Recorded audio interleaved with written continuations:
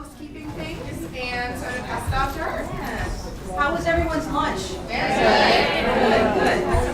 So one of the things that we wanted to point out is that as a reminder, we are live streaming this session, so we need to keep the private conversations to a minimum because it does disrupt the video. So we want to make sure that everybody on live stream can actually hear the questions you're asking and hear the answers that we're giving you. So please keep that in mind as we move forward. I wanted to start the session off with a few questions. Give away some little tchotchkes. Are my tchotchke givers ready? Okay. So how many classes have submitted their committee list to me?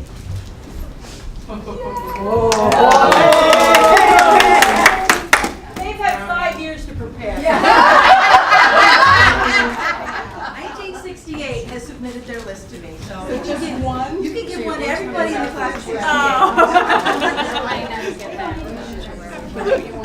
Okay, I have a question for you as reunion chairs only. How many reunion chairs in the room know the balance of their class treasury? Okay, we need some candy. Louise has got candy over there. You know your budget for treasury. Raise your hand again if you know your class balance. If you're a reunion chair, you know your class balance. That was one of the homework items I gave you.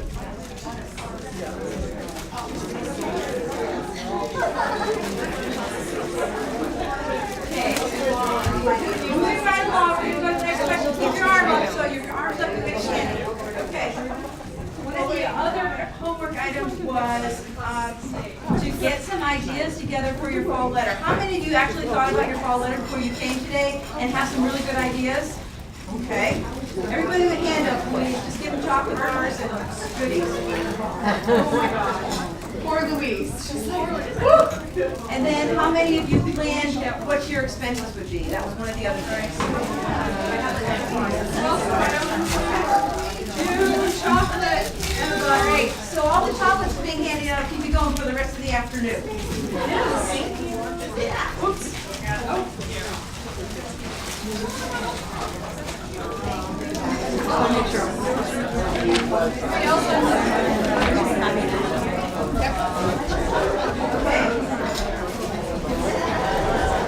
All right, is everybody ready to move on?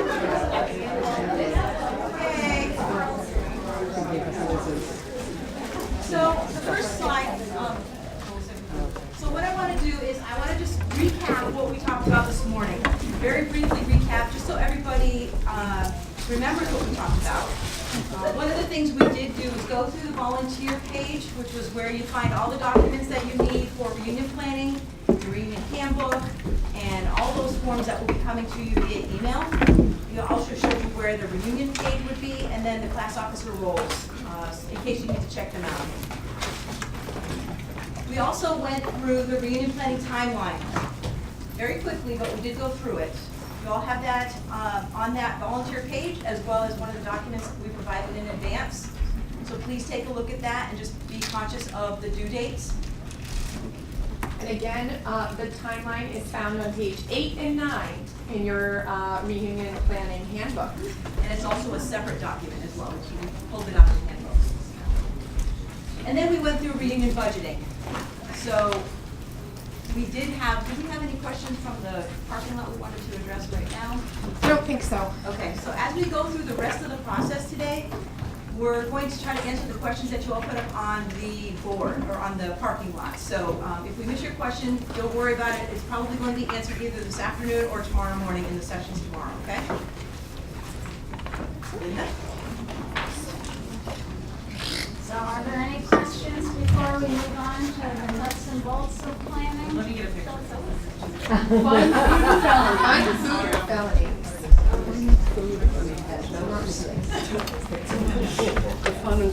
I'm on the crew chops class of 67, and I had my 50th reunion last year. We had a great time, but there was a lot of things to think about. So let's go to the next slide. big thing to think about for reunion, especially reunion one, is the words up here, available resources.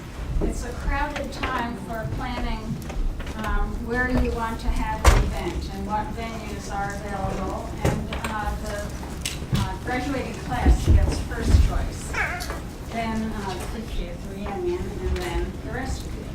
So reunion 2 is much easier because none of those restrictions are there. So we did have 1,036 people for reunion 1. So that's how many people we had to fit into all the different venues.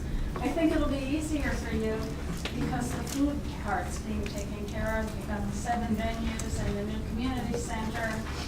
And you won't be trying to figure out how to get a meal into a place that doesn't have a catering kitchen and all the other things we had when we did that. So reunion 1 is the one that we said is the harder one. And they said 1,000 plus other people come. So it's busy and crowded everywhere. Next one. Yep. So Saturday morning, busy, the Laurel Parade. They say it's rain or shine. Has it ever, I think once it went indoors for rain. Reunion 1, the parade is rain or shine. The only time it ever gets canceled if there's lightning storm and it's a dangerous situation. But Reunion 2, there is a rain plan. If it's raining, we will cancel. Yeah. So this is the time, I think, also for if you have a friend, a spouse, a significant other with you, get them to have a camera because it's a beautiful scene, say, with a 50th class, and you look back and it's a sea of these friends together. A lot of people have taken some pretty sentimental pictures for that.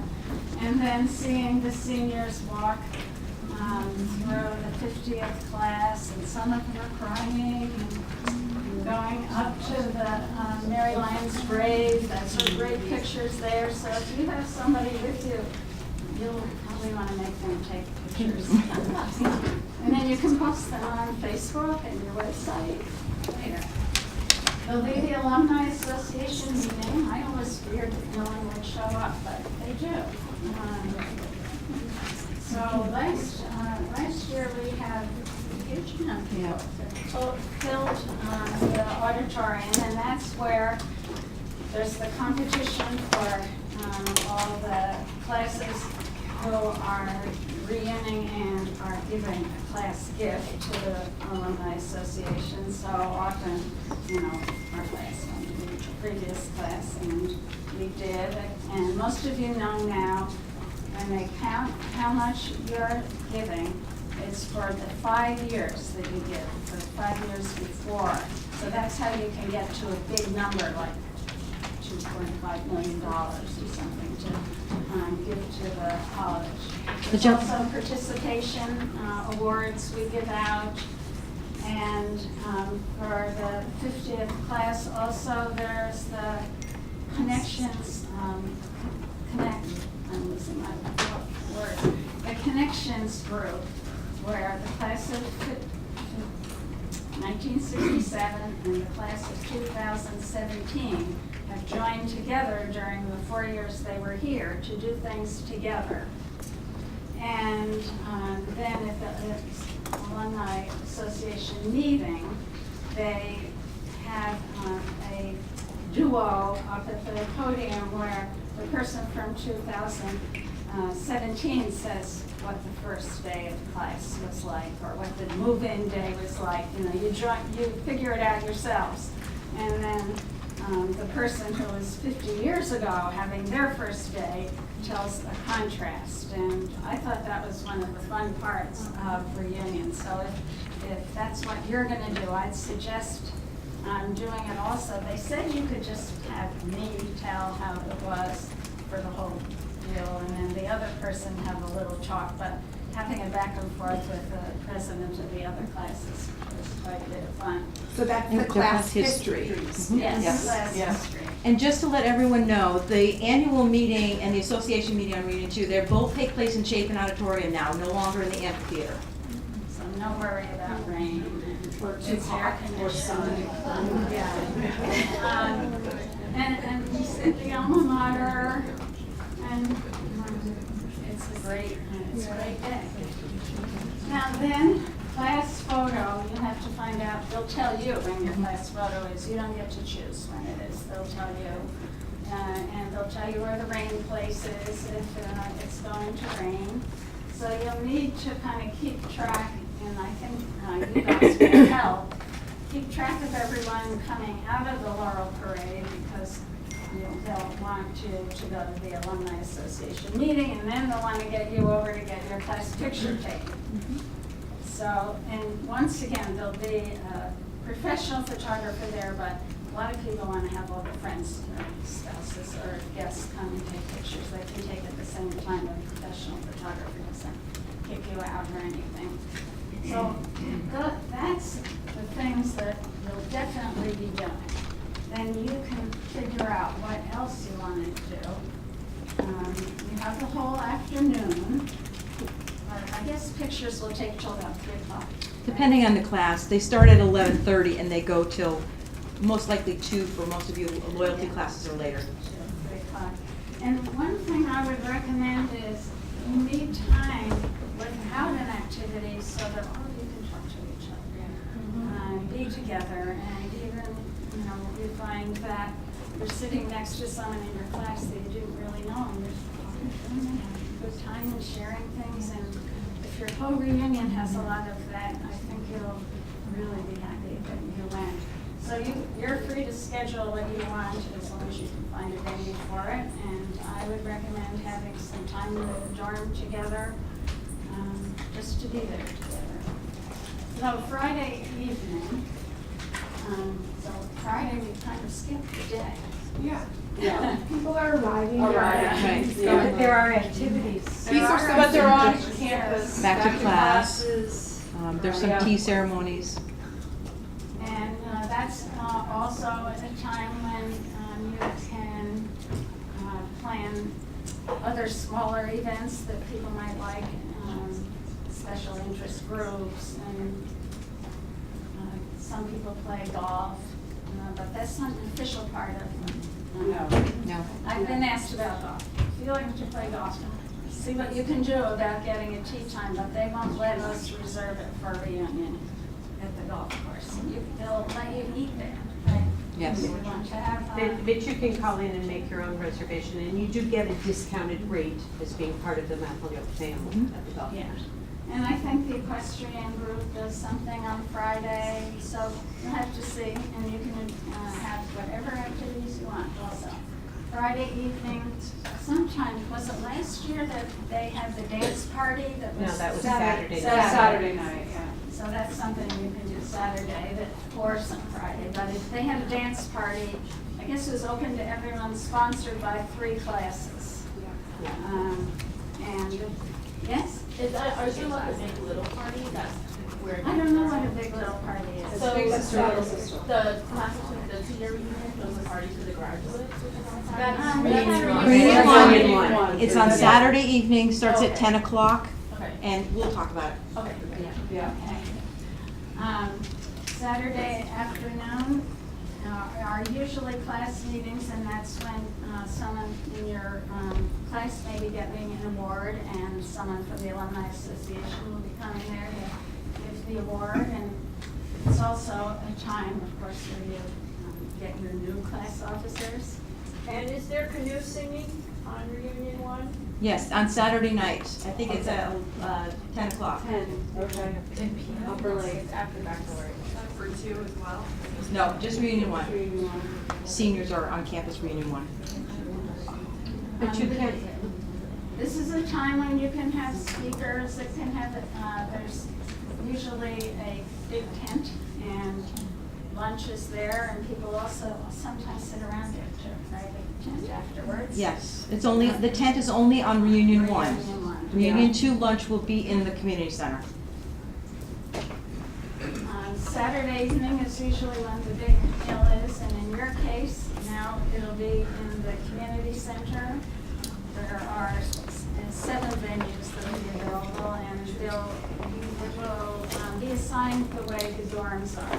You'll see how many people are in your class, and if you're 129, then it'll be in that room. They showed us that seats 129, and they also are going to use that new open Blanchard space if they need a lot, and then there's the quiet room, which probably won't be quiet that one day. But, I think 60 people can fit in. 60 or 70? Yeah, so whatever room you get will be dependent on the size of your class. And traditionally, meaning the last 3 years, the 50th class uses Chapin and gets a caterer.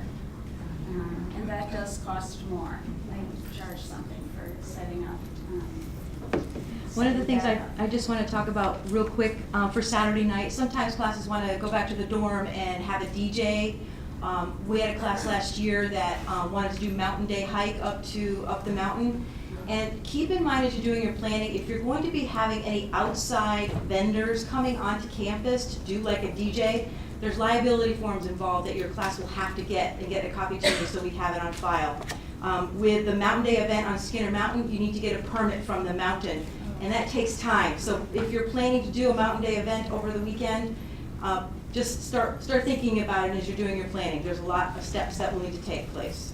Yes? Are you going to be talking more about the Saturday evening dinner and how that all works, or is this kind of it? Well, I think with the 50th class, we'll save that for when we meet. Well, I'm not 50. Oh, okay, the others. I can just break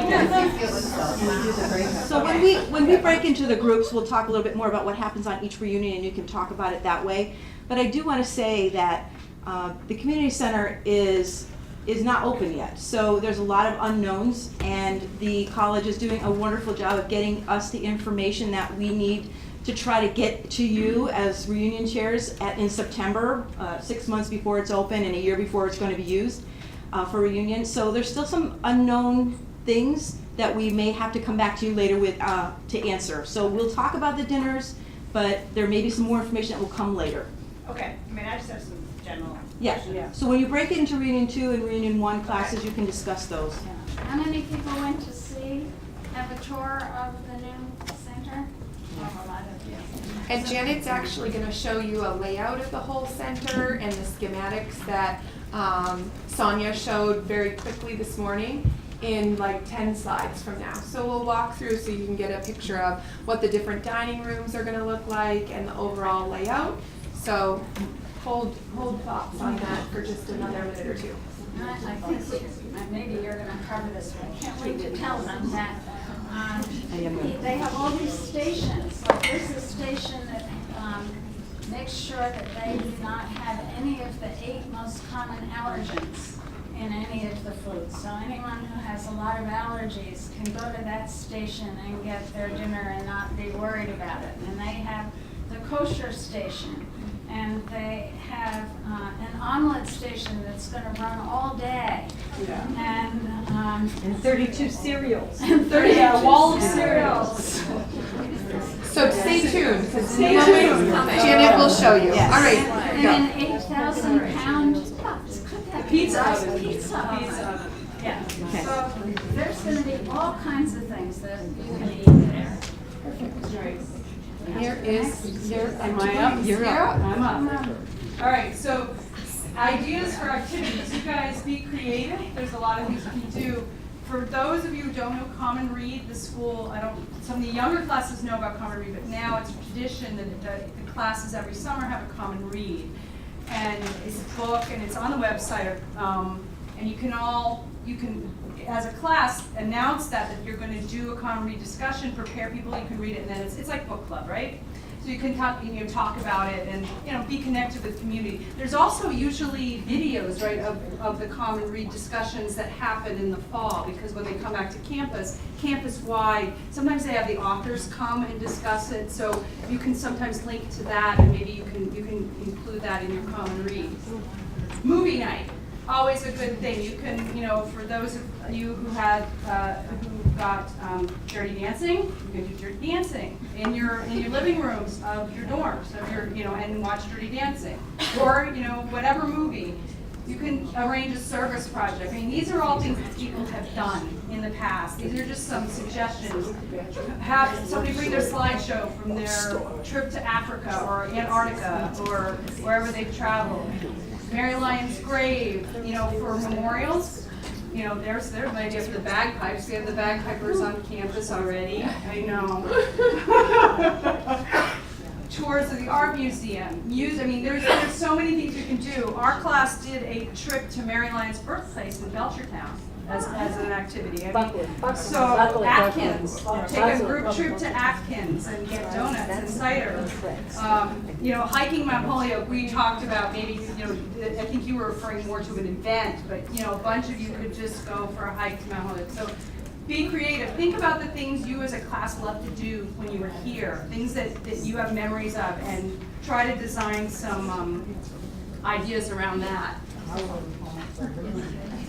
Audio-visual equipment. So for those of you who are thinking about movies, you know, to show, the college has it. Janet is your resource.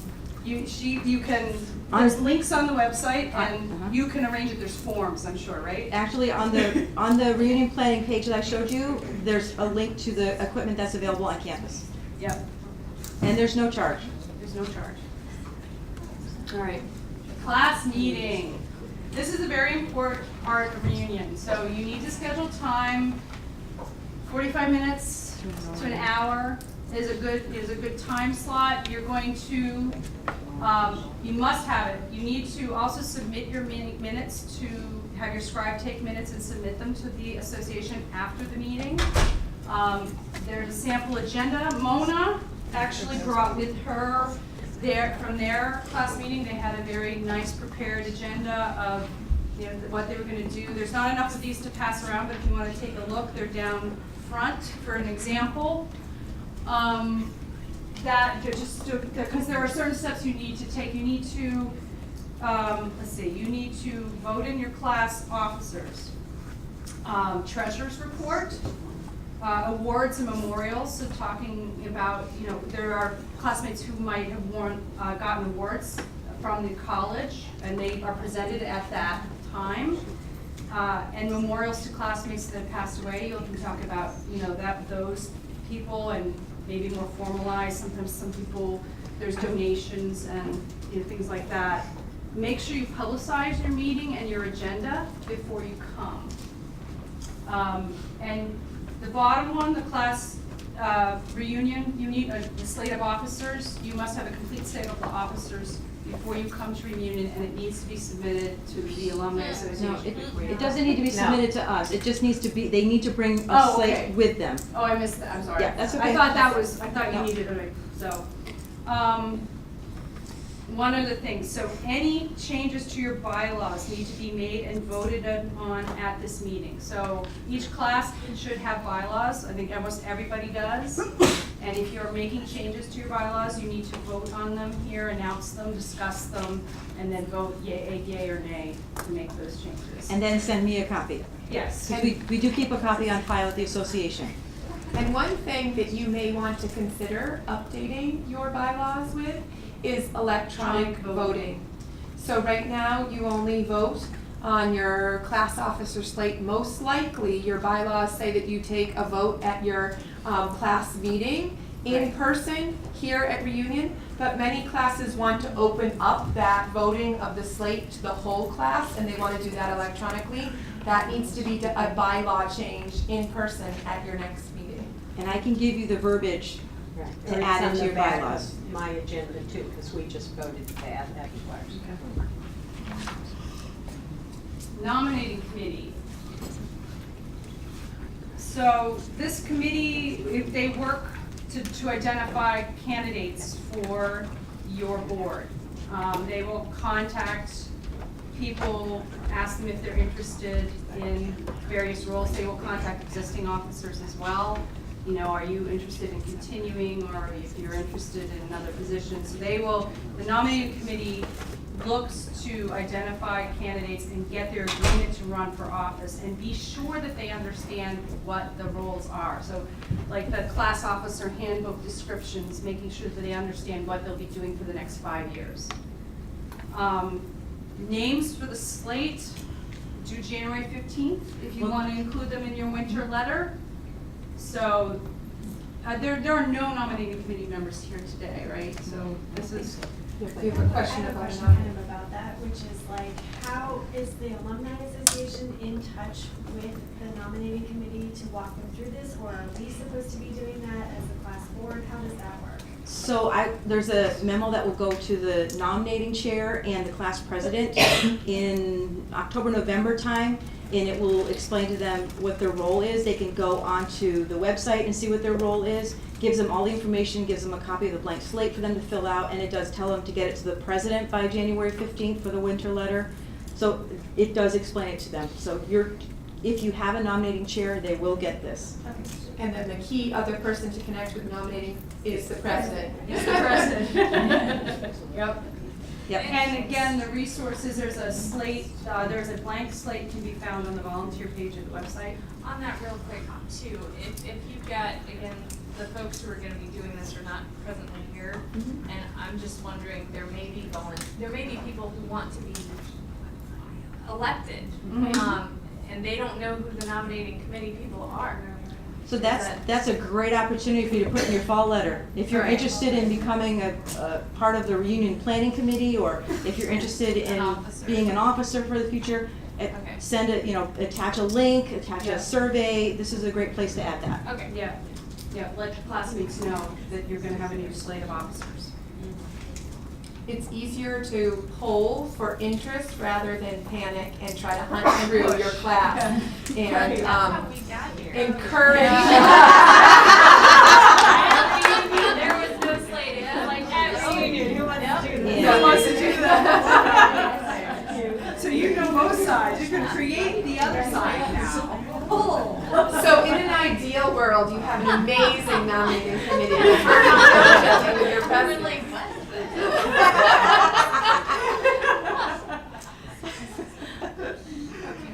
Are we ready for the next? Yep. Okay. So this was a question, this actually also appeared on the parking lot. So this is the scholarships or financial aid, or we'll work on the nomenclature. So the answer is yes. They come from your class treasury. So you as a class can decide you want to help people who have financial need to come to the union. You can decide you want to donate or from your treasury, if you have the funds, to say, you'll tell the Alumni Association, we want to put $2,000 towards to help our classmates who are experiencing financial difficulty to come to reunion. And then they can, when they register, and make sure I have this correct because I've never been through this. This is all new to me too. So So what you'll do is the treasurer says we are going to choose $2,000. Yep. And we're gonna contact Louisa and we're gonna say, we're setting aside $2,000. As people are registering, feel free to split it evenly between however many people contact for financial assistance, or every person that contacts you for financial assistance, we will pay $200 of their fee until that money is gone. Until the money is gone. And we are, as a treasurer, you're not handing the $2,000 to the Alumni Association. The Alumni Association will come to you and say, we had 8 people at $200 apiece, so please give us a check for $1,600. Right. So you will not have to put that $2,000 out and get it back. You will be given a bill for it. And what's also nice about this component is that the individual is not contacting their class. The individual is contacting Louisa and the Alumni Association in a very confidential way to get that assistance. So it takes a little bit of the personalities and components out of it. Yes, Linda? At our 45th reunion, we asked everybody to add at least $5 to their dues for the next cycle designated for this purpose. Lovely idea. Lovely And so, idea. or to give more if they wish. Right. We just were working to build it up, and we do have of money that we got, and we put those in laddered CDs so that they could even earn some interest, because we weren't gonna spend them until right now. Thank you for sharing that tidbit, that's Can you really. add a button, like, so in my field, in academia, we sponsor graduate students to attend academic conferences, and so the price of the conference is, say it's $225, but you can pay $250 or $275.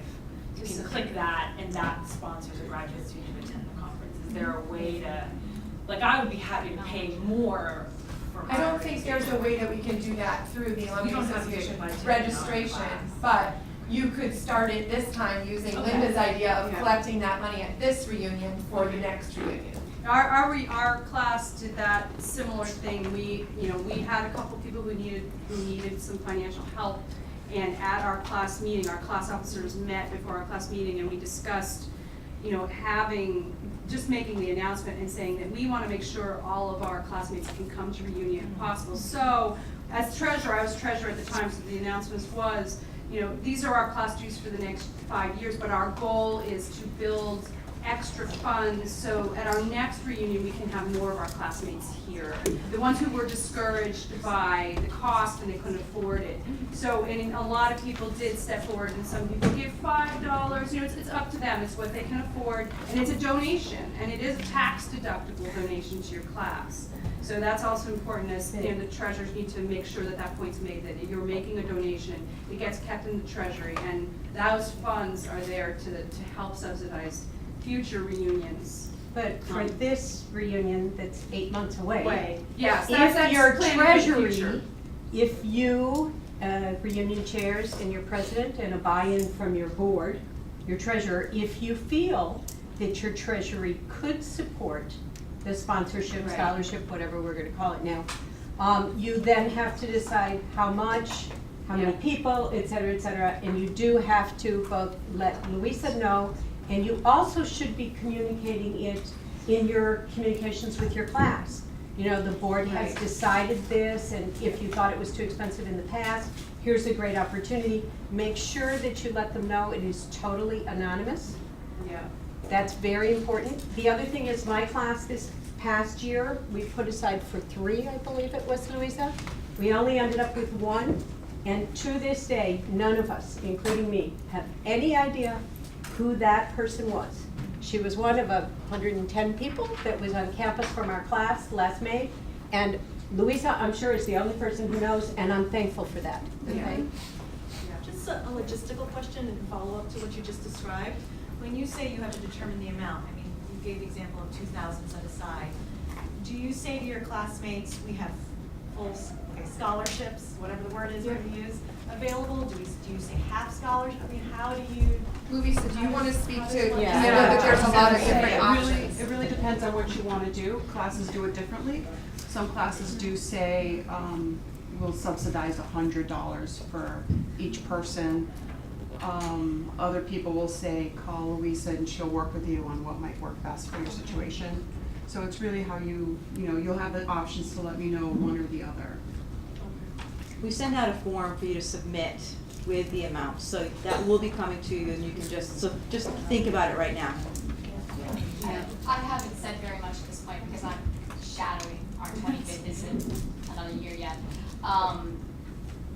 But in the past, if your treasury at this point does not support your being able to offer a scholarship, a financial aid to somebody, we have in the past, class of '94 has put out and say, hey guys, as always, there are a few people who would like to come that can't. If there's anybody that wants to help, let so-and-so know, and we'll work something out. So you can do that if you have limited financial at this time. We've sponsored several students, several alums to come. You say let so-and-so know, who's that so-and-so, someone in your class? Or Thus, Lisa? at the point that happened, which range was 3 years ago, was before all this was set up, it was our class president, and she was the only person who knew. That was it. Nobody else knew. Now, they have something set up. You don't have to go to your class president. one quick idea. I've been fortunate in my job to travel a lot, and I get to keep the air miles. So what I've done is I'll sponsor a ticket in air miles for someone to fly from like California or Seattle. So that's another option. We can't donate money if you have a lot of miles. Travel, yeah, because travel's expensive. Yeah, sometimes getting here, it's not necessarily staying here, it's getting here. It's more expensive. Oh. Okay. He was there. Did you see him? He was always there. He was always there. So this is the fun part I get to do. So again, who went on the tour yesterday? Yay! So we were able to get a few of you on a hard hat tour of the community center yesterday. And we were fortunate enough to have Mark Garner, who is not up here, who will be managing that building, and Iman Zubi, to give us a tour and talk to us a little bit about what space will look like, some capacities, what stations will be where, what they'll offer. So I think a lot of you have a better idea of what reunion will look like next year when it comes time for your meals. So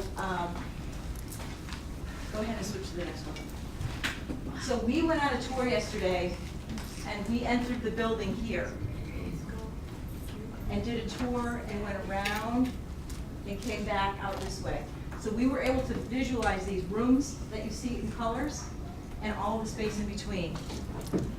It's going to be a beautiful venue. Right now it's a little construction zone, but I think the people that went through yesterday kind of got a feel for what it was going to feel like and look like once they were finished. Does anybody have any comments that went on the tour yesterday? How do you feel after getting a hard hat tour?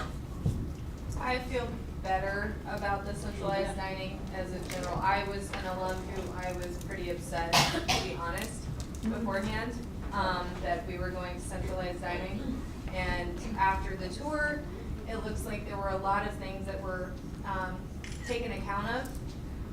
I really like, I am obviously not a quiet person myself, but I lived in Abbey, and a lot of my classmates were kind of introverted type folks, and there's actually a room where it's a quieter room. It's a quiet room. Yeah, you could walk in and you could actually, the sound was different. Damn. Even torn apart, like you could tell it was quieter. And all the different food, paying attention to the different types of food that might need to be, kosher, like they talked about the allergen.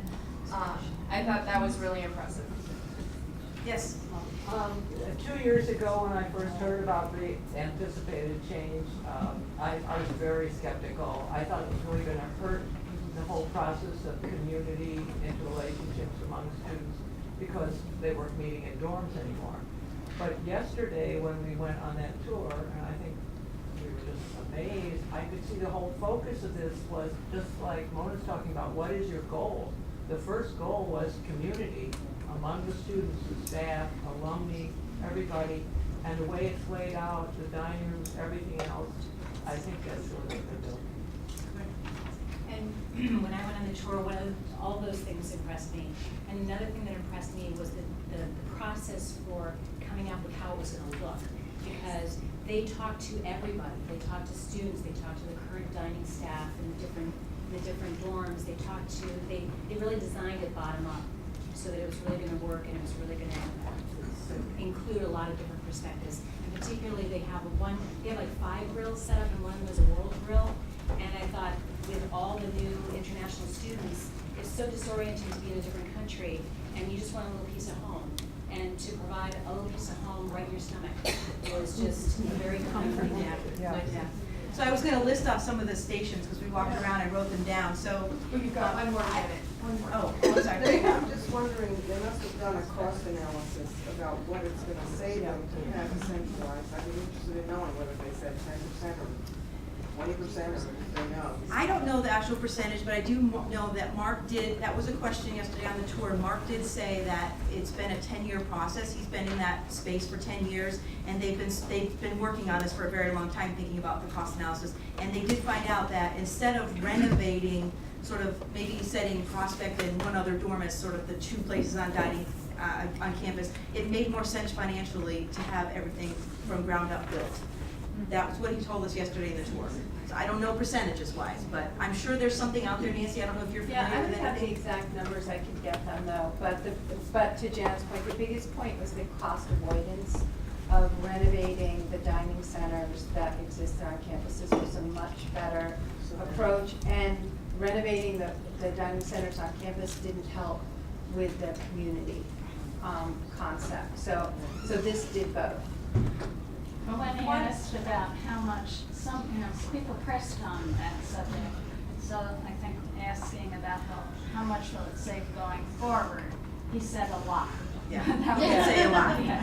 One thing I just wanted to call out too that I really appreciated, he also said that they don't have to downsize staff. Yeah. That the employees all are actually, they're probably gonna need more staff at some point, but to start with, nobody's, unless I'm sure performance-wise, nobody is needing to be downsized, which I thought was awesome too. Does that include work study, you know? I know work study would work in the kitchen. Yeah, that's still, there still- will still be a yeah. huge number of work study, it doesn't impact that. The hours shift. So these are some of the stations they were talking about. There's, someone mentioned the allergen station, where they'll watch for the 8 major things people are allergic to. A kosher station, a beverage station, and if all those that were in the room can attest, the beverage station was probably as wide as this room. Yeah. And so there's going to be plenty of choices. A wok station where they'll serve sushi and wok stir fry, so you can pick your vegetables, put them on a plate, give it to them, they'll stir fry it for you. Breakfast all day, 7 a.m. to midnight, and someone mentioned 32 different types of cereals on a big wall, so they'll have some good choices. There'll be a chef's table where there'll be a menu of the day, so there'll be different menu items in that station every day. There'll be a grill where there'll be burgers and fries and grilled sandwiches. The international cuisine, which she just spoke about, they'll have pizzas and tapas. They have a huge pizza oven there as well. And then a salad bar that will be sort of in the center of the room. On one side will be the salad bar, and the other side will be all desserts and high-end desserts, they said. Yes. And he said super duper MNC. Super duper MNCs. Super duper MNCs. Yes. In addition to regular MNCs. Yes, yes. And a carving station for me. Yes. Chickens, yeah. So it was a really good tour, and he also did say that there'll be waffles, right? Waffle station. Breakfast. Waffle station. So I'm wondering, that would fall under the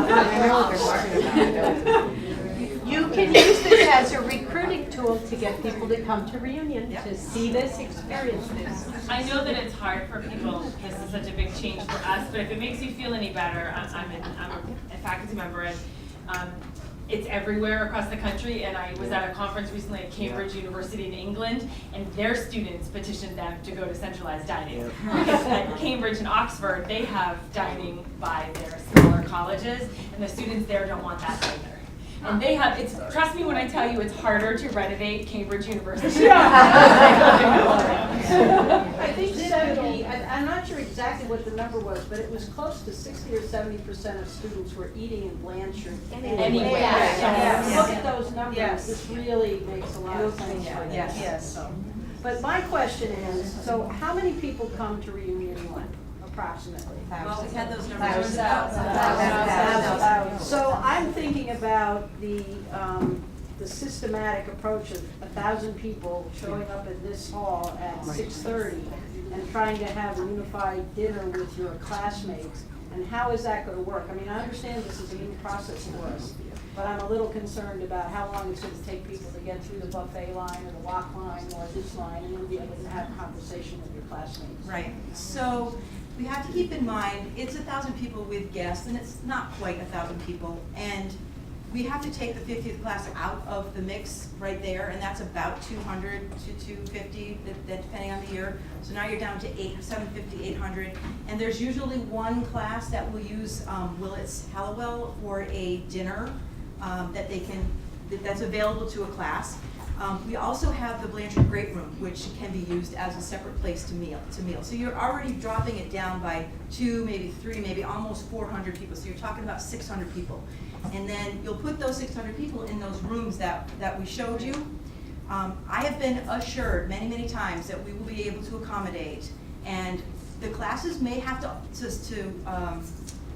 alter the times, like maybe one class will come in at 5:30, one will come in at 6, and one will come at 6:30 to keep those lines down. but you'll have that space available to you to come back and be with your classmates. But There- also remember that this space is feeding 2,000 people for every meal of their day for the entire school year. So this is No, a I space understand that, but that's this kind of, is this is a specific staggered time. Yes, There are yes. specific time blocks, Yeah. it's a little different than the average Yeah, college eating. staggering the dinner times will help that. yes. Yes. So the Saturday night is a buffet? Yes, Saturday night will be buffet.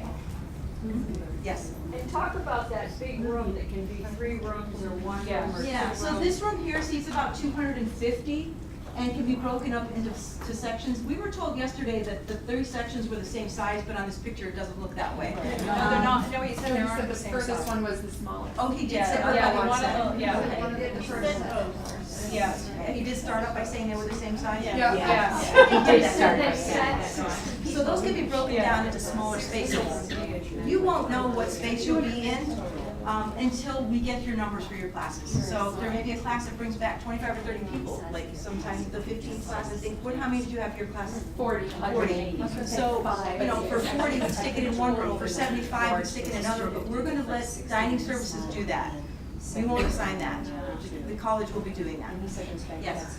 So, if you're staggering times then for classes, right, then will we not know that until a couple of weeks before either? No, we'll be able to tell you the timing, because we'll have to put that on the schedules. Okay, Yeah. yeah, that's my question. Yeah, no. Am I only gonna know Yeah. if it's No. a social hour, 2 hour? Right. Yeah, we'll be able to give you that in advance, because that'll go into the schedule. And will classes be sharing spaces? No, the plan is that the class will have a designated area and a Okay. space, you can decorate the tables. Okay. Yeah, it'll be your space. Okay. Yeah. They'll be able to give you napkins in your class color and things like that. So your dining room will feel very much like Okay. a dining room that used to be in a dorm. Okay. It'll just be your own class's space. So the only time you won't be together with your class is when you're selecting from the plethora of menus. Right. And then returning back together as a class to actually eat your meal. Okay. And then in terms of, I guess, wine for Saturday night, Mhm. that's part of, Yep. that's Yes. separate or It's part? included, it's included in the package. Saturday. The wine on Saturday. Saturday is included in the package. And how is that served? Is It's, that- it'll be served, the servers will come around, they'll pour wine, it's wine at Okay, dinner. all right. And we've also actually checked in with Imad during lunch today about the Friday question. So people were asking on Friday evening, is wine available or not available? The answer is that it is not included in the Friday night package. However, they are going to look into how to have it available for people in the dining space. He does not have the logistics of that or anything, but he loved the feedback that people wanted wine and other drinks available. And so he said, let me get back to you. This is Mount Hoyle.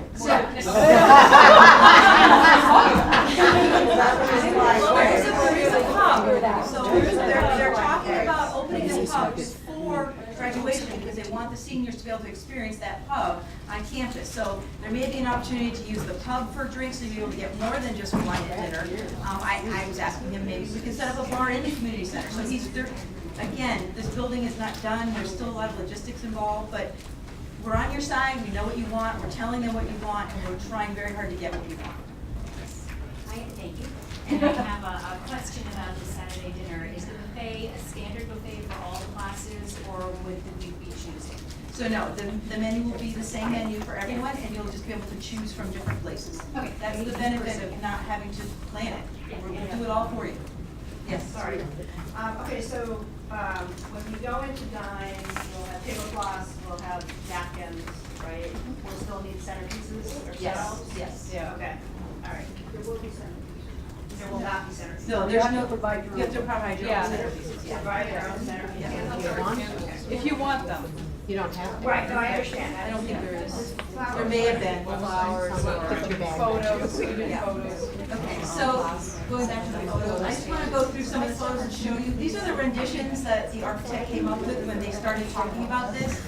And from the people that were in the tour yesterday, Mark was mentioning something about bringing a lot of history back into the decorating of the space. Does anybody remember some of the things he talked about? When they're going to go to the different dorms, like there's a Skinner room and whatever, where there are china on the walls or things that are on the walls, pictures, photographs in the dorm, they are going to be decorating different rooms with some of these themes, be they plates or artifacts, so that it doesn't look like a cafeteria, it looks like a Big just living room. imagine a lovely hotel dining room where spaces have different feelings, different personalities.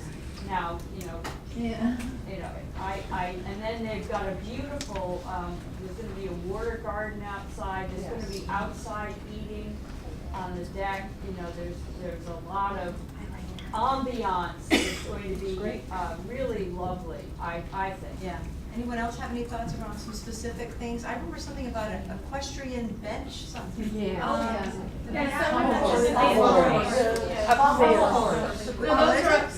are in the Weissman's. In the Weissman Center, yes. They left some of the old gym. That's already there. Okay, that's already there. There might be something about Wedgwood plates On the wall. Yes. Okay. So they're going to decorate these rooms. They'll be unique. They'll each have their own flavor. The long room that you saw that breaks into 3, each separate room will have its own unique personality, and those walls will stay closed during the school year. But when we are here for reunion, they will open them based on the sizes of the groups. He did say though, even though they have their own personality, when you're opening the air walls, they will blend together in case you're in 2 separate sort of rooms. But here's what the dining center will look like. You get an idea of the stations set up and the cook to order, basically.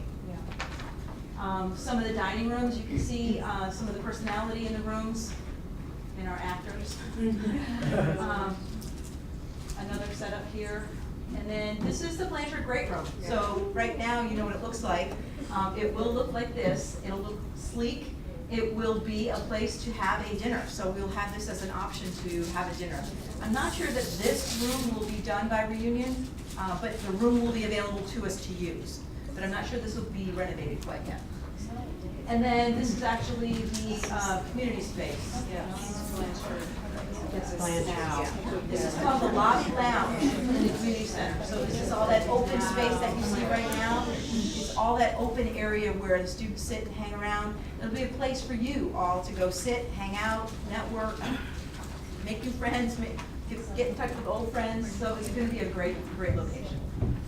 Is the store coming back over there? No. The store's at Odyssey forever. The store's up at Forever? Odyssey. Forever, Yeah. Oh, okay.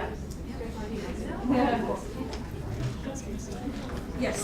Hi, so I'm sorry, I'm gonna go back to Friday night dinner, just because it's going to come up, and Friday night dinner is gonna come up about the alcohol, so it's, just wanna double check, because what this means is if our class charges form is due on November 15th, that we need the answer from you then by, About what?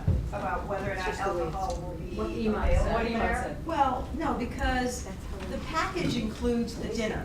Yeah. So anything alcohol-wise will be on own, it'll be a cash bar. We won't be packaging that into any dinner. They'll have to go purchase that on their own.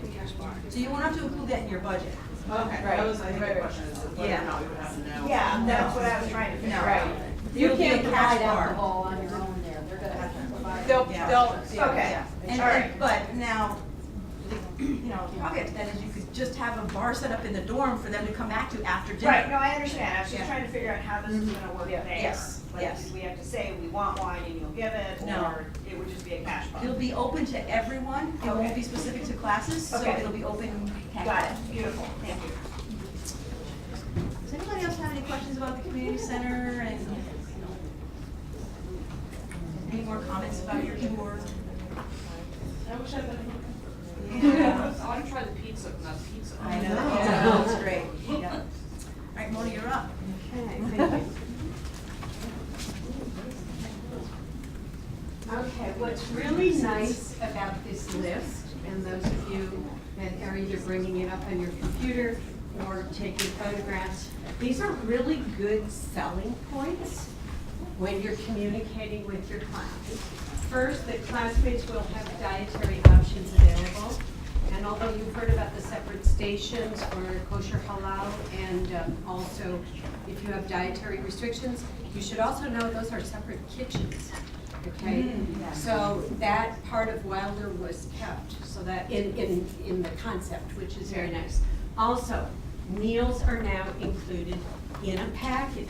This is going to be much easier to sell, or we think it is, as a committee and the association, to sell to your class. It's no longer, oh, should I go to Saturday lunch? Should I not go? I don't know how many phone calls I received last year from my classmates saying, well, what do you think about Saturday lunch or Sunday brunch and how will it fit into our schedule? You have this now wonderful structure and then you can build your class activities around it. So this is a good selling point. Menus will be preset and we'll offer stations. I might even stay away from the thing preset. I mean, these wonderful stations, this is such an array. I wish I could come back and eat sushi every day. Okay, Friday night, we're calling it the Taste of Mount Holyoke. And it will go until 8:30 at night, which is really, really pleasant if people want to stay around and talk. Also, the Saturday night buffet stations will have a lot of extra options because it's a very special night, okay? And I'm sure you're going to be hearing more as we know more, okay? But they are very conscious of the fact that you are the first group. They want to do it well, okay? And I'm sure they will. Those of you who took the tour, all of us were so impressed. But this is really our chance together with dining services in the college and the association to really show what we can all do as a group to make something new and creative work for all of us. And then breakfast will be hot and cold items.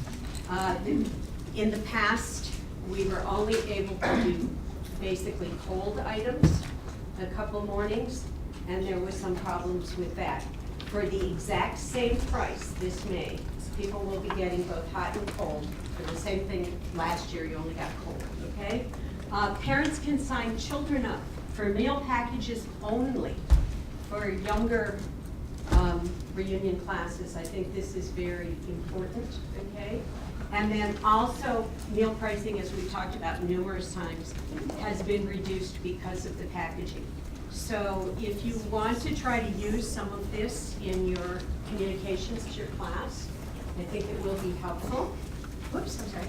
Is there a children's meal package option? There will be. Okay.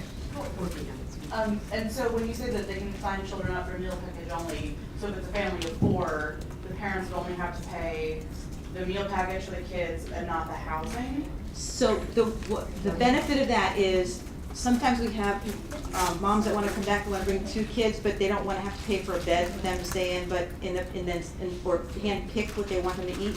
They can come back, they can stay, purchase 1 bed, stay in the room with their kids, and they can just purchase the meal package for the kids. So now Little they kids can be in sleeping bags on the floor because they're not in a bed. right. So they don't have to purchase the room. It'll be a meal package for children. Okay. Yeah. But if they wanted to make sure the children had a bed. They could purchase a bed. It is the same price though. Okay, any other questions on this? Okay, let's move along because we have a lot more work this afternoon. How many of you, your classes, how many have faculty as honoraries to your class? Oh, we have 1 class, okay. Maybe. We have 2 classes. We discovered somebody that we had no idea was one, but he's at Lycoming College and he's their historian, so we're trying to find out about. He came to our reunion. Mr. Piper? Yeah. Yeah. He was great. Okay, well, Funny, he remembered everything. this is when you're budgeting, something you should think about. If your class has a relationship with a member of the faculty or administration, many classes do, you have to decide to which meal you wish them to be invited, and also how does that add to your cost. My class insisted last May that not only do we have to invite these people, but we had to have corsages. It wasn't my choice, but I got overruled. Anyway, no, I wanted to invite them, I just thought corsages were in them. Anyway, okay, now, but some of you may be having speakers. In this whole concept of trying to have a collaboration with the campus, you have to decide for your class, how important is it for you to have these people from campus, from outside of campus, come and join you, okay? And so then you have to think, make a list of who they are, to what will they be invited, and how much do you have to budget. However, do not send us the list, okay? We will have a meeting. Janet puts together a meeting on Thursday night. You will get information about where the meeting is and what time, okay? It's for president and reunion chair. And you will go there and you will bring your list of the extra people that you have, either from the faculty or outside speakers, okay? We don't need it beforehand at the association, but you do need it for budgeting purposes, okay? Anything on that? Okay, moving on. What space, sorry, yes? I want to just jump back when you talked about the dorm and the parent could take one bed. I thought all the dorms were double, but can you get a room with one bed? Yes, you can. There are some single rooms. Oh, really? Oh, but I guess it depends what dorm you're in. Yes, correct. It does. Depends if it's a Right. Okay, what spaces are available on campus?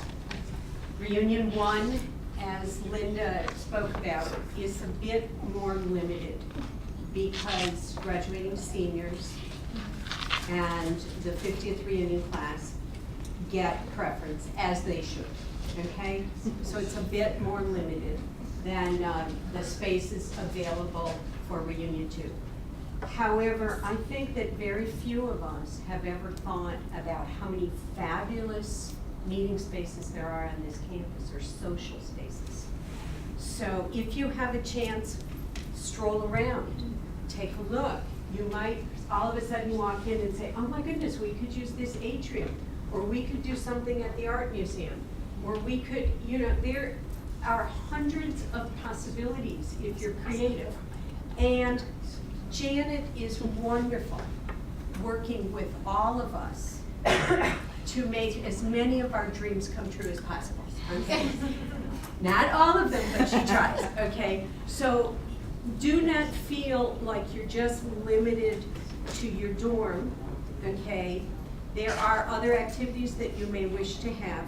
So look creatively at the campus, and then make sure that you speak with Janet. Some places will be easier than others, but really the association really bends over backwards together with the college to try to help us. So, don't be afraid to look around. Yes? If we wanted a tent for an outdoor space, would the association help us with that? Tents are very expensive. They Yes. are not, We can't put any tent, the only tent that goes up is the tent that the college puts up. We don't have the space to put any tents up anywhere. So, okay, any questions? Okay. Joni, you're next. Joni gets the lead off on But that. there are, I just wanted to mention, there are sort of nice outdoor spaces. Yes. In a variety of places. Of course, the issue here is you're taking a risk with the weather. So your weather backup would be your dorm room, or your dorm living room. But there are sort of nice spaces. Even the new community center has that patio that he said can put 70 out there for like a cocktail party. But behind Crichton, but there are places, Ham McGregor have some nice outdoor spaces. Yeah. I do have a question. We are the class of 63, and we will be 76, 77 years old by our reunion. And we are having a guest on Friday evening. So we would like to have our space in the dorm in which we are settled, which we won't know until 2 weeks ahead of time. Is there any way for us to put a request in to have a dorm that does have a space? What kind of space are you looking for? Well, right now we don't know exactly. Well, we were looking at the space in Mead, and we really think that's a nice big space, a nice big space for us. Something like that, it doesn't have to be that, but. Most of the yeah, dorms so have a people don't nice, have to travel yeah, so much. yes, You know, most of it's the all dorms have a about- good space like Yeah. that, but we can talk as we get closer to reunion and we're assigning the dorms and we know what's happening. We can talk about if the dorm that you're assigned to doesn't have that, we can find a space on Another campus. space. Yeah. Okay. We can talk about that as we do the So we will have to planning. wait until almost the last minute. There's a Well, lot it's that not- has to be done kind of at the last minute. We have to wait for registrations to come in. Registration opens March 1st, so like by the end of March, mid of April, we'll be able to get a better idea. Okay, but most of the dorms have a nice living space Yeah. where you can have a speaker or have cocktails Right, and yeah. have a discussion. Right, but Yeah. some don't, I understand. They're just different sizes, but they all do have a living space. Do you also have an idea about reunion one? There's a lot of students and a lot of activities going on with graduation. Do you have a sense about what spaces those will be so we can figure out our options? Yes, I do know where they'll use that space, and I know what I have available to offer, so yeah, we can work directly on that type of thing. Yeah. Okay, thank you. So I have a quiet voice, so talking about alcohol, so maybe you'll be interested in that. So listen, I'm like one of the rookies on the committee and they gave me felonies. You gotta start somewhere. My history precedes me. Okay, so, you need to be in compliance with liquor laws. I particularly like, so it's almost a conflicting message. We've talked earlier today about, you know, you can bring alcohol to the dorm, you can do this, do that. Now I'm gonna kind of remind you of the other side, you know, the point, counterpoint. But in the reunion planning workbook, the way they word it is, please be aware that liquor laws in Massachusetts are stringent and liability issues are broad. So if you are the person who buys the liquor to serve in your dorm Friday night after dinner, you are liable for any injury, accident, potentially, for those who have consumed that alcohol. Okay, yes? The open space, no open containers are allowed outside of public space, does that mean that patio and the dining hall Well, there's thing? 3 places on campus where you are allowed, but the college has to serve it there. So that patio could have alcohol, but the college would have to serve it? The patio is Blanchard and, That's an open patio. Yes. Yes. Right, but you can't step off the patio. You can't step- yeah, you Okay. can't drink. walk on the You have to patio. leave the drink on the patio if you want to go down and look at the lake. Yeah, the college has a liquor permit for certain spaces on campus, and that patio will be included in that permit. So you can't step outside that permit. So I just want to be very crystal clear. It's a private college, private property, but it's considered open public space. Yes. Yes. Massachusetts law. Yes. Yes. Okay, so to reiterate, the college will allow you to purchase alcohol and serve it in the dorms. You cannot charge for it because you need a liquor license to do that. So you do it indirectly by making it part of your class fee, buy the alcohol, and then you serve it. You have to lock up any alcohol that you have in the dorm when it is unattended. Because sometimes, especially commencement weekend, there are younger, underage students still in the dorm, and it's just a smart thing to do anyway. Is locking it up like locking it up in my room that I'm staying in? You can. Each class will get a storage room, which will be a dorm room designated for storage. You'll have your parade signs will be in there, tablecloths, all of your boxes that are delivered in alcohol. Okay. To be locked up. And it's always on that main, you know, it's always on the. We try to make it on the first floor. Yeah. Okay. Not always. Why can't you say it's a donation? I think I'll make a donation instead of paying for the liquor. You could. You just can't charge anyone for it direct. You can't have a cash bar. You can't set up a cash bar. You can't have a cash bar. So your class you can donate as much money as you want, but your class can't say a glass of wine is $5, Right. a mixed drink is $7. It has to be. But there is still the liability issue of who the purchaser, so maybe it's the class, the officer, you know, the committee, I don't know. But you just want to keep that in the back of your mind. So the main point is that nobody gets hurt. And so during this process, to keep an eye out on people and be sure that, you nobody's getting in a car that shouldn't, and that sort of thing, take a little responsibility. Have we ever had issues with this? Have there been Oh, yeah.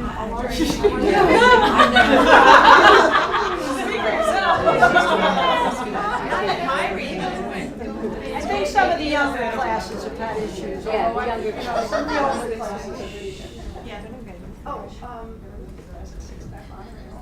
When you were, this morning, when you were talking about the differences of having your own social hour, bringing in your own number and whatnot, how convenient. How would you arrange to have, where would we get it if we wanted to have a social hour in the dorm and not have all the hassle of it? I have There's a place that delivers. There is a place that delivers. I think what she's asking though is not have to deal with it at all, which is Willits coming to do it for you. So you. Willits contact with Willits, they Oh, hire you to yes. cater it. They'll Yes, cater they'll it. cater it, yes. And they'll do the cleanup and everything, so you won't have to worry about a thing. Yes. But it'll cost And you a lot then we more. have no liability. Right, it's on the college. It's on the college. But you do introduce the idea of bartenders, so if one wants to do that, to protect oneself, where does one find out who those people might be? It would have to be through the college, we'd have to go through EMAT, yep. So these would be college personnel. Most likely. What's EMAT? I'm sorry. EMAT is the EMAT. EMAT. Yeah, he's You the do a very director. nice job if you, you know, you Yes. can Yeah. for alcohol and hors d'oeuvres, so Yes. they do a really great They job. do a great job, Yeah. yes. They're gonna be catering tonight at Sonia's house, so you will see how they would set up a bar Right. and, so you get to, what you see tonight is what they would be doing. Right. And our church doors have a semi-outdoor space, a lawn space, a patio. Is that considered a part of the dorm? I mean. No. You can't set the bar up outside on the patio of your dorm living room, say if you have a Having patio. your drink out there? Well, you're not supposed to step outside of the living room, it's open space, so you're not supposed to step outside. If someone steps outside, I mean. It happens, I'm sure. Well, it's not avoidable if it's a contained patio. Yeah, like a camp. We were prospect, yeah. You have to stay inside. Stay inside the camp, last year, 5 years. Okay. All right, so we're gonna move on, because our liquor laws are tons, but we're gonna move on to crowd control. Which is another good one, Joe. Alright, so, again, the Massachusetts law requires that there be crowd control managers at events that are larger than 100, people. So, if you hire a DJ and have an outside dance party, if you expect more than 100 people, you need to have a security person in attendance for that. There are, what was the thing here? The spaces on campus typically impacted by this crowd control law on campus are the Blanchard Campus Center, Chapin, the Candide Atrium, which is right out here, which holds a lot of people, and then Willits Hollow.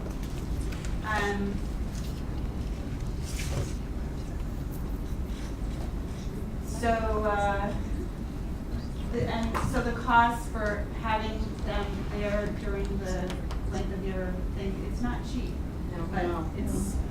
So just for an example, last year, Reunion 2, we had a dance in Chapin Auditorium, or in the Blanchard Great Room, and the classes on Reunion 2 hosted it. So they had to hire the campus police, the crowd control, and pay them directly for that. So when there's an event like that, there's the campus police that needs to be present, and then there's a crowd control company that needs to be on campus as well.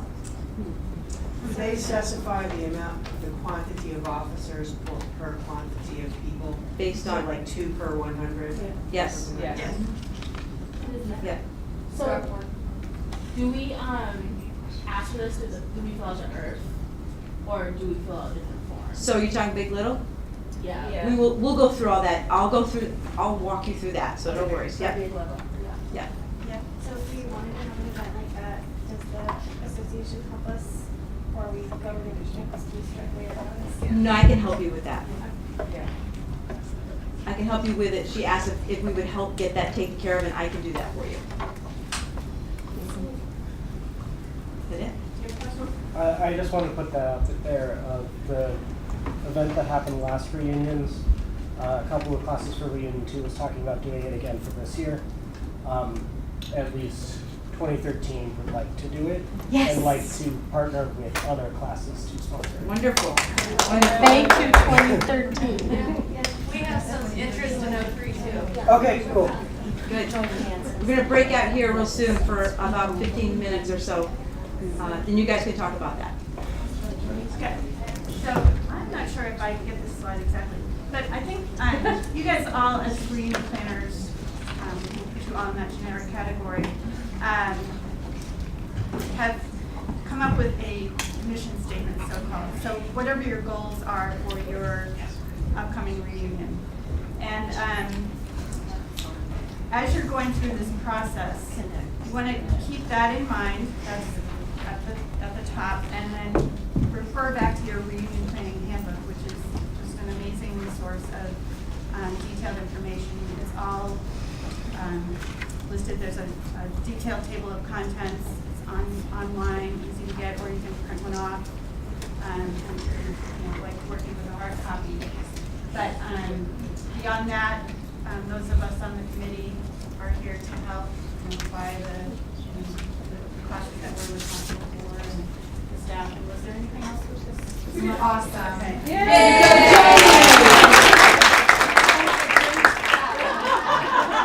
Talking about alcohol. So I get the burning questions that everybody always seems to have. What do we do? So when will my class dorm be assigned? So you keep hearing it'll be close to reunion. So in the spring of the reunion year, once we start seeing how many members of your class are going to be returning, have booked that they're coming to reunion, then we can look at that number and we can assign a dorm. And typically headquarter dorms in the past have been Abbey, Buckland, Prospect, Ham, McGregor, Meade.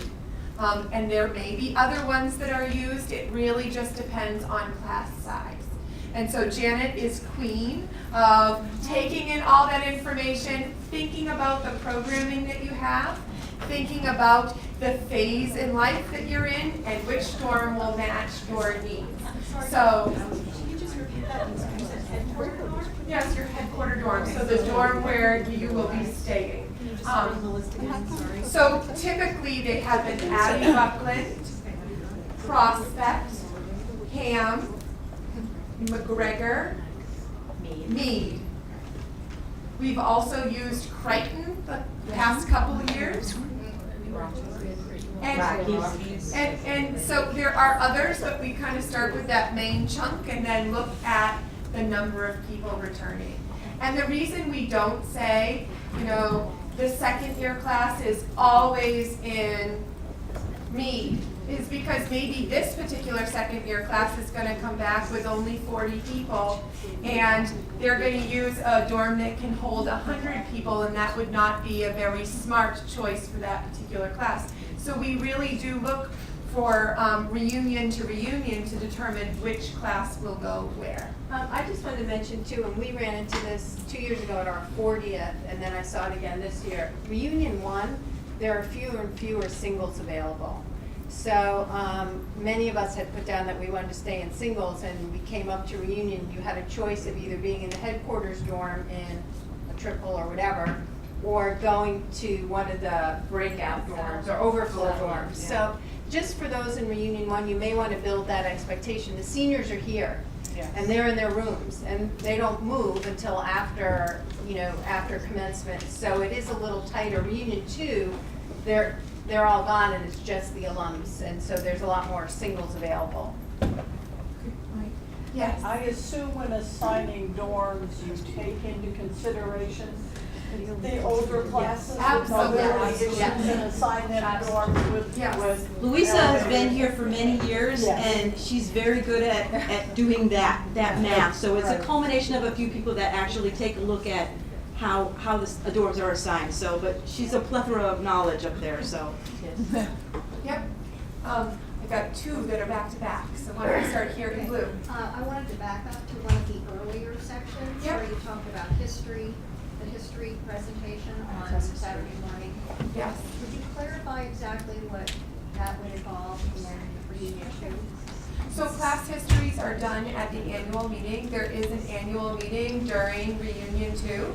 And again, every single class that's participating, it's typically the president, but sometimes it's an alternate member of the class board, will get up and read their class history. Now the class president is the person that's going to write your class history, but I'm sure you have class histories from the past that you can bring back and tweak slightly and reread them. So what we have done over the past few years is partnered up two classes together that are from maybe alternate distant years or close together years, so that you have that juxtaposition of this is something that we did in 2017, this is something we did in 1967. And it just has this nice play back and forth. And so the Alumni Association will really help manage that and help coordinate reading of a few lines, and now it's the class of 2017's turn to read a few lines from their history. Now it's 67, and you'll be able to partner back and forth. Usually, the class history you get from the previous 5 years, and then you get to fill it in. You can do that for your own years and pass it on. The next class adds their 5 years, so I think you only have to do 5 years. You'll know the rest of the years. Yeah. Really? You mean just for the last 5 years? Well, No. Right, okay, so the first person for the 1 year reunion doesn't have much to write down, but then they pass the history on to the each year, so that when you get to yours and it's been 40 years, all the people, as the years went by, filled it in for their reunion. Seems like a cumulative. So you only have get to to look along. Yeah. And I have those on file that I can send you as you start to plan the new one. So don't panic if you need to go back and try to figure out everything, cute anecdotes and nice stories. And it's very short. It's very short. There's a word limit. There is. It's 400 words. So another question is, when will we know how many people have registered? So registration opens March 1st. And weekly reports are available 2 weeks before the registration deadline, starting around April 1st. Reunion chairs are responsible for disseminating information to reunion volunteers and class officers. Also, we have available in the resources a history of, well, how many people normally come to a 25th reunion? How many people normally come to a 45th reunion? So you can look historically over X number of years at all the 25th reunions and see approximately how many people came. So that will also help you, but the fine details will start coming after April 1st. So let's see. Okay, so second year on a 5-year average. So for the second year, about 118 people come. 5th year, about 100 people come. 10th year, about 106 people come. 15th is the dip. So that's about 40 people come. 20, we've got about 86 people. 25th, about 118. 118 is a nice number. That's what it was before. 30th, about 86. 35th, 70. 40th, about 108. 45th, 67. 50th, drum roll, 152. And that's, I'm just reading the alums, I'm not reading guests. Yes. 55th, about 53. 60th, about 48. And 65th, 26. So those are all your alums that are coming back, and then you'll have additional guests. Again, you don't need to memorize this. This is totally available on the website. You can look it up and see all these stats.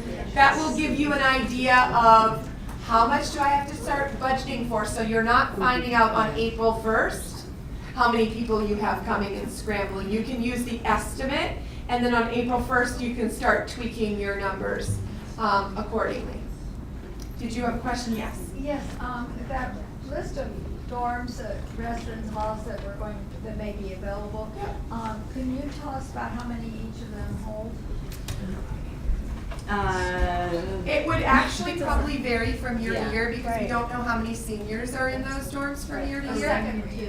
For reunion too. You know, I don't have the capacities right here. We do have them online at this, Louisa, can't they access that on the Mount Holyoke College I site? don't know if it's login only for for on-campus community, I'm not entirely sure about that. I think it's only for the Mount Holyoke community. Staff So and I tried to students. look to see what room, Yeah. what If the you- room looked like that my granddaughter's in, and I couldn't access it. Yeah, but it's also They have to log contingent in on rooms that need to be fixed as well, so that number can vary.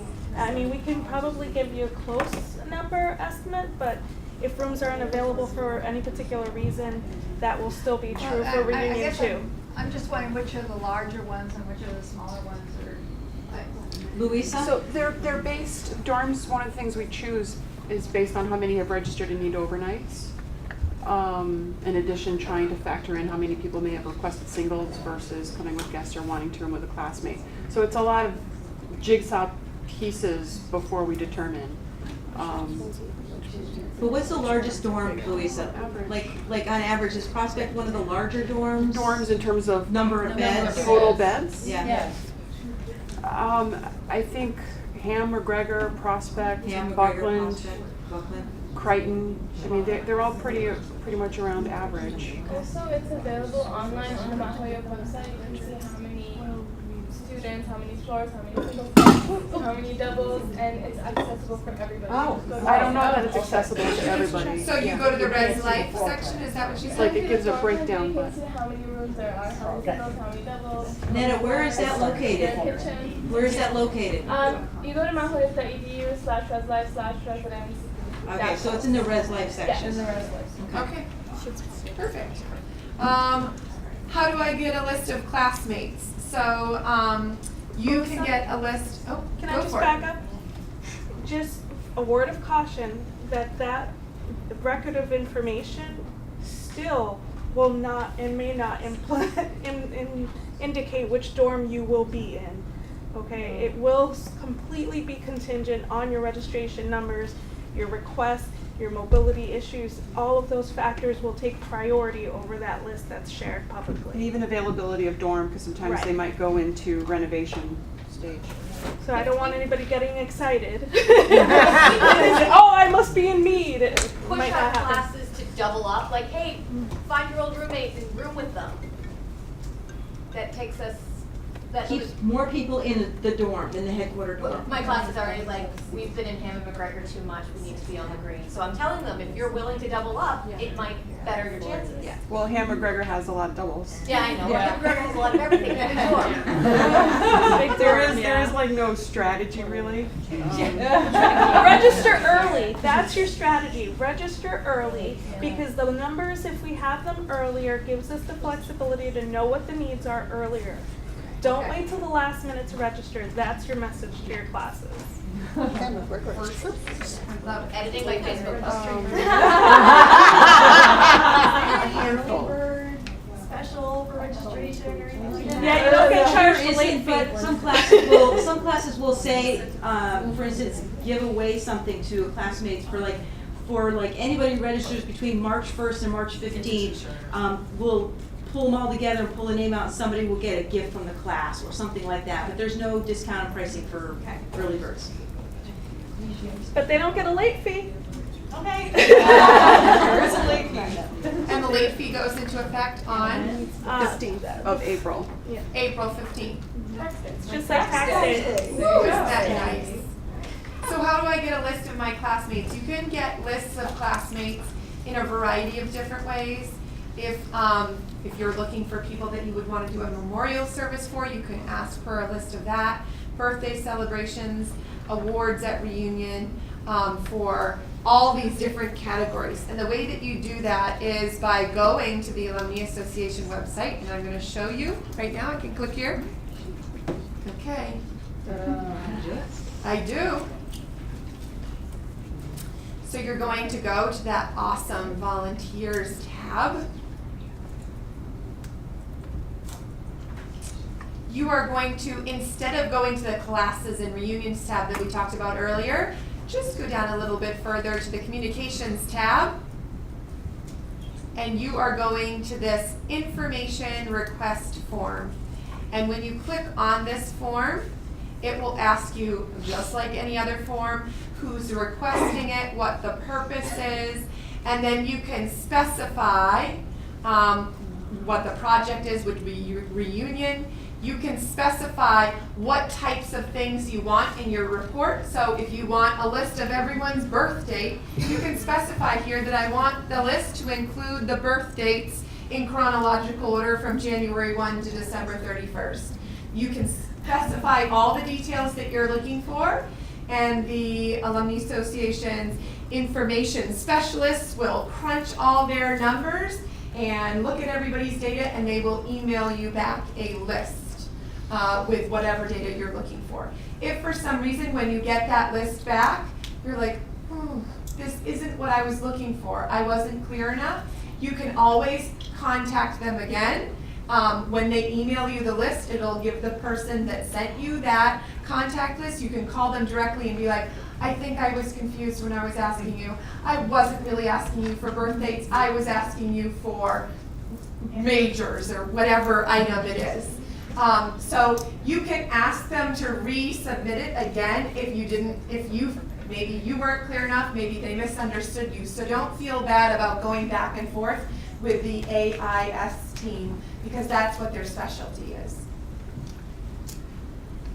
I have a question about information on classmates. We were also thinking, is it possible to find out like who's a specialist at event planning? You know, like so we can start to get people who are good. Is that something that There's a career directory in there as well, but you can also put the request in on that form. Either way. Yep. I have a slightly more general question. Go for it. Look at that. Is Any now- questions? Okay. Yeah. So, something that's obviously I think of concern for all of higher ed, but particularly our classes, how do we engage classmates that maybe have never come to reunion, or particularly, I think our class board, we really want to engage alumni of color. Our reunions have not been very diverse, and we really want to make that a focus of our attention. Mona, do you want to talk about this? Because you've been doing some grassroots stuff within your group. How did you I get was so just many people looking there? at the clock though, I Yeah. think we have to be careful.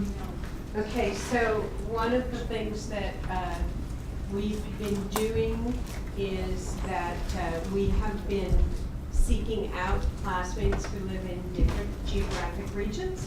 And we have also been seeking out and speaking to classmates who represent a variety of diverse populations within our class. Our goal has been as much as possible, because again, we had very few African American students, et cetera, but because the college is a global community, we feel that our class should reflect that as much as possible. And so we have spent a lot of time, a lot of energy, a lot of personal phone calls, reaching out to people. We did not get a response by either mail or email, but I have been making a lot of phone calls, and I'm very proud of the results we had last year. Of our, I think, 14 or 15 African American classmates, we had 4 back, which was for us, percentage-wise, that was a great effort. Okay, so yes. I just wanted to piggyback on that.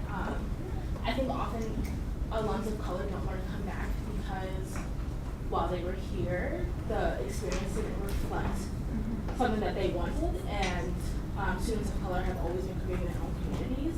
And so when you're planning a reunion, you're often trying to mimic what you had while you were here, but what you had while you were here wasn't necessarily inclusive.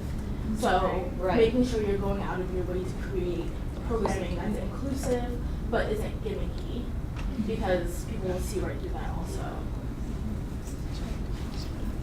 So, and it does take, at least for some older classes, I can only speak for, my generation, it does take a lot of personal initiative, because as Ilana that said, people didn't necessarily have a positive experience. and they have to understand and have an opportunity to share.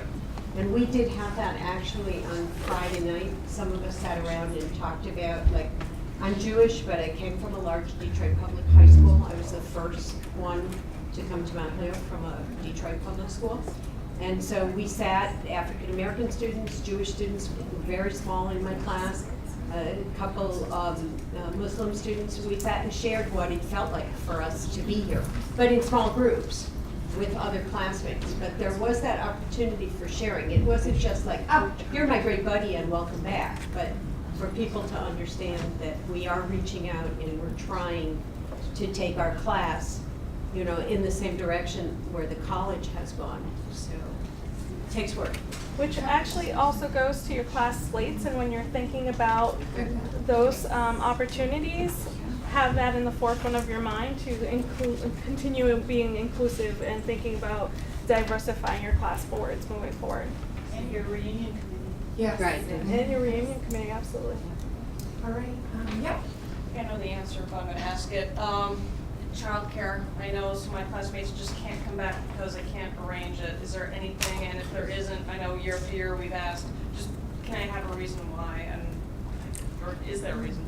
So we don't offer any childcare for liability reasons. It's all It's all about okay. liability. I just wanna give an answer. And we wouldn't recommend that you provide it either for liability reasons, yeah. But a lot of the events are child friendly. Yeah. So like, Yeah. if you're, Yeah. you can bring children back, but there's not somewhere you can drop your child and have them used. Right. There were tons of strollers. Yeah, there were a lot. Last year. So I know that there's some classmates who are in recovery for AA or NA. Yeah. Do we have a list of resources for meetings? We do actually. There's a meeting on Friday night and Saturday night of reunion, both weekends. And it's listed in the brochure, Okay. which, by the way, is this piece here that gets distributed to everyone when they check in. And what we're going to do, before you break, in a few moments, we're gonna break up and allow people to do some planning time. We're running a little bit late, so I wanna keep going. But we are gonna get to planning time today, and when we depart for planning time, you're gonna get the brochure from last year for your particular reunion year. So this is the second year reunion brochure, and each one has its own. And in here you can see the general flow of what happened throughout the whole reunion weekend. And then anything that is specific to the class is in a different color blue. So you'll get an idea of what did they do during this second year reunion that I might also like to think about in your planning. We're gonna hand you that, I'm a gonna get it to physical you. copy, right before we break for planning. Yes. Just to go back to the list of classmates, for those classmates who have self-identified as people of color, I mean, we were class of 400. I don't know who all my classmates are based on a list of who self-identified. Can the Alumni Association provide that information to us so we can make those? We can definitely share a list of people that have self-identified. Sure. Just understanding that that might not be the whole list, Sure. right? Yeah. Because it does have to be you saying, I'm a person of color and I identify with this, this, and that. And so then we can share that list with you. Right. It's not, I mean, if it's meant to be outreach for reunion, then that's the way it would be shared. Okay, thank you. So, of course, ideally, when you plan a training, you have all these grand ideas and you think, oh, we're gonna switch from this room to that room and back and forth. We are already at our time that we thought we would be done with our presenting. We have one more section which we thought we would split into two groups, but now we're just going to stay together with one group, review the next few slides, not too fast, but we're going to review them. And then we will have time to break out, and the whole committee and all the staff is available to meet with individual classes to answer some of these fine-tuned specific details that you may have that just pertain to your class. So, in the interest of time, I'm just gonna keep zooming forward here. So, starting now, you're gonna start really getting your class engaged. That's the goal when you leave after this weekend, You're gonna really be thinking about communication through social media, email blasts, and other forms of connection. How many people during this volunteer conference have already been posting things on social media about what you're doing? That's great. And we've even heard a few people saying, oh my gosh, I posted something this morning and I already have people liking it and I don't even remember these people and now they're getting engaged. So this is great. Also think about using the affinity groups that we have within a class. So looking at all the different Facebook groups or different collections of people. And encouraging class officers to participate in outreach. Mona talked about those personal calls. This is when you can reach out to your class board saying, hey, let's divide the list and will you find time to call these 20 people and reach out personally?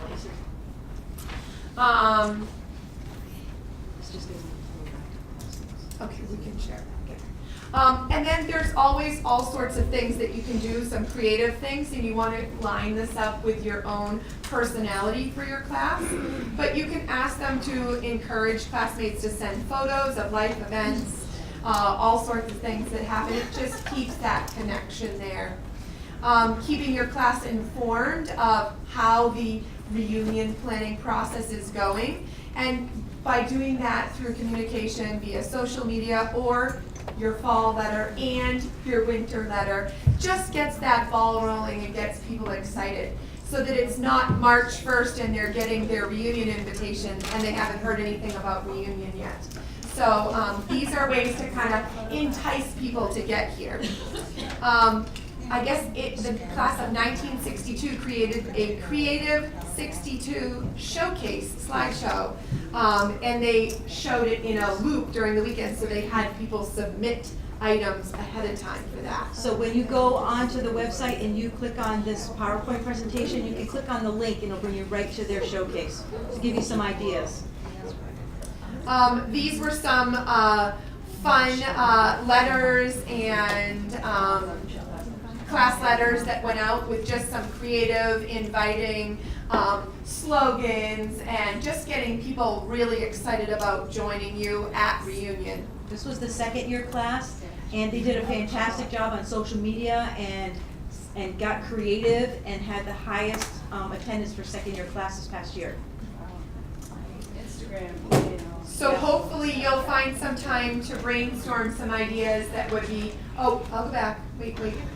She was so excited. Okay, good go. We'll continue to brainstorm ways to really reach out to your class however you think that you can reach out to them.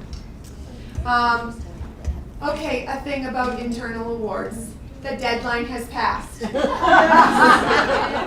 End of story. The deadline has passed. The Internal Awards Committee is doing their research now. They're conducting their process. It's a very thorough process. The deadline, if you were wondering, was July 1st. So it's like really past. So at this point, it's out of your hands. And we will wait to see what the Internal Awards Committee comes back with for results. So what to tell classmates at this point is that it's always the July 1st before your reunion. There was communication that went out about internal awards. They do look for solicitations up until July 1st. And then after that point, the Alumni Association Committee, the Internal Awards Committee, does the research for it. And the external awards? Are they on the same timeline? Same time schedule. Same time schedule. So, for Linda, I was not excluding external awards, but we get more questions about internal awards. Right, because that's because people haven't heard of the external awards. Particularly you younger classes, Mary Lyon Awards, and now there's a new Innovator Award. So there's a great section on the Alumni Association website that lists all the awards, the criteria. There's also sections that list anyone that has won an award in the past, both internal and external. And the Alumni Association now has a certificate of achievement online. Is that what it is? Yeah. Yep. I think. And you can make those up with people's names and print them out and get them framed and give them to wonderful committee chairs, and you can do your own recognition too. Okay. So, woo, that was like Zoom. Class planning time. We're only about 15 minutes behind schedule, and I'm proud of that anyways. So, the idea right now is we would like you to stay in Kincaid. You can stay in this room, you can move out into the cozy chairs, you can move downstairs to some tables. We would like you to gather together as a team. If you have a team here, I know that there are some solos. Your team should gather together, think about the information that you have been presented with this morning, reflect on it, and start to do some planning. Don't worry, because we're not sending you off into Kincaid and letting you go out there to flounder, because everyone from the committee and the staff are going to be rotating around to check in with you. So jot down questions you have or details that you have. If you specifically need to speak to Janet and a committee member comes around, let the committee member say, I have a specific question for Janet, and we'll try to expedite Janet to eventually get to you. So, now, tomorrow, here's your homework. We are sending you out right now to meet and plan, but you will have a report out by class tomorrow. The report out will be on 3 different items. Number 1, we would like to know a little bit about your budget process and what aspect you are. Do you have a budget started? Do you know how much is in your treasury? Things like that. So we want some sort of report out about your budget. Are you a rock star class and you're like, after the training yesterday, Melissa, we opened up that form online, we completed our budget. We're ready. You can say something like that if you want to. So that's number 1. I want to report out on the budget. Number 2, we would like a report out on your initial planning for programming for that weekend. So are you a person that says, we have decided that we are going to do our memorial service at Mary Lyon's grave with the bagpipers, so that you crying. So that we want some sort of report out about some programming that you started to brainstorm. And number 3, we would like some sort of report out about how you're feeling about the community center packages that we have. Are you gung-ho about having your Friday dinner there? Are there some things you still want us to research on? You know we're researching on alcohol. Are there some things you want us to research on or consider for Saturday night? Are you so excited to be here on Saturday night for dinner? Or are you saying, nope, we're not eating here at Saturday night, we're already booked somewhere off campus? So we want some sort of report out on that community dining and that plan. That will help us understand as a whole group of Reunion 1 and Reunion 2 who will be around in that community center and how we can make that intermingling of alums work. Those 3 things: budget, programming, food stuff. There's also just a couple of questions that were really basic. Like, I know that Cade and a few other people were talking about collaborating about a Saturday night party during Reunion 2. This is a good time to have those conversations, connect, find a space in Kincaid and talk with each other. And that was spoken out a few times. We had time to talk to one another. And you can also combine Saturday evening events if you find someone to, talk it out with people around you. Actually, I was speaking to that, because knowing that my class 5 years ago collaborated with another class, knowing that some of the other classes are interested in collaborating, and understanding some of the restrictions and barriers with costs and law enforcement and laws, does it make sense to consider something different of having the classes have their cocktail parties, they have their dinners. We all like to dance and we all like to party afterwards, and we all enjoy, I think, a lot of each other's musical tastes. Having the dance party that we all want to have anyway together, especially for Reunion 2. That's what we had. That's what we had. All of the classes together, and then it would be a lot of these other logistics. And I just spitball that. I didn't even run that by my Reunion today. So the neat part about when you report out tomorrow, we will be divided into a Reunion 1 group and a Reunion 2 group. So if you're someone that wants to be after you've powwowed with your group right now, yeah, I think we really should start collaborating with others about a reunion too. Last year it was called Dancing Through the Decades, and every X number of minutes they started playing music from a different decade, and they went from youngest to oldest, or oldest to youngest, however you want to describe it. So those are the types of things tomorrow when we do our report out, that what happens is everyone in that room for reunion 2 will all be there, so we can start facilitating some of those conversations. So you right now want to plan out what your goals are for reunion, your beginning budget, so that tomorrow when you report out on programming, we can start to make some of those connections happen and help you begin that planning process. I have 2 things actually. One is that through discussions at lunch and collaboration with our executive director, or interim executive director, she actually agreed that for the 8 free beds that you all get free per class, that we'll also reimburse you for the breakfast as well.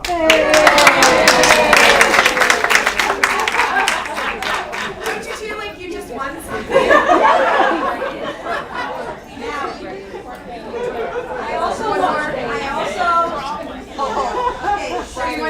Going into planning time, I just want to remind you that we're all supposed to be up to the president's house by 5:30. So you have, some time after, like now, to plan until at least 5:30. So enjoy your planning.